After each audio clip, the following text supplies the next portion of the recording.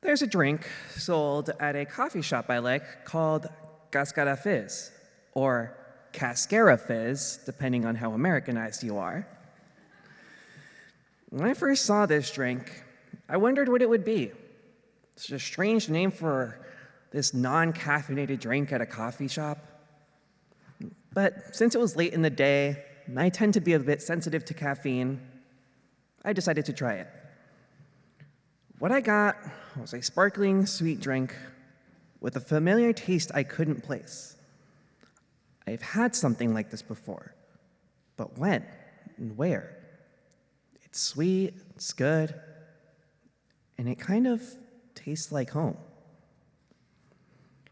A few years ago, just before COVID shut everything down, my parents took me to El Salvador for Christmas and New Year's.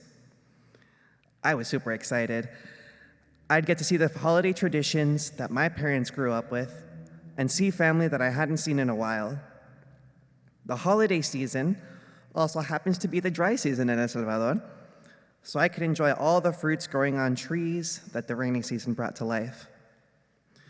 Now, my family happens to have a small coffee farm in the small town that we're from. And this trip was the first time I had seen it in person. The farm itself is not too much bigger than the inside of this sanctuary, with a 2-story house at the end that my parents are working on to be a vacation home of some sort. The coffee trees are young and small, but give just enough beans each year for my parents to take home and enjoy with us for a long time.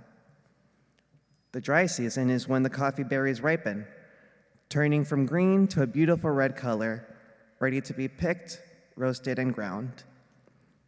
So we're at the farm, looking around and admiring the growth of trees when my mom tells me, "You know, Santita, there's something I would do with coffee berries as a kid when they'd ripen."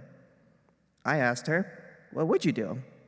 She told me, "Okay, put one in your mouth, chew on it, spit the bean out, and swallow the rest." I gave her a puzzled look, but did as I was told anyway, taking a berry off the branch and biting into it.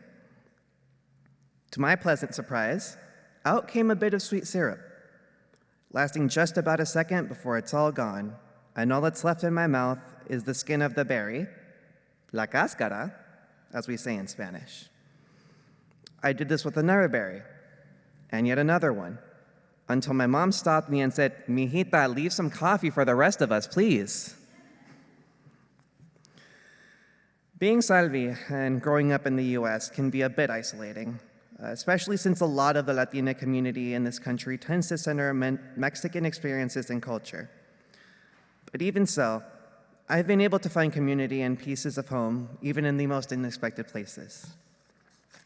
I didn't think I'd find home at a downtown coffee shop for $5, but I'm glad that I did.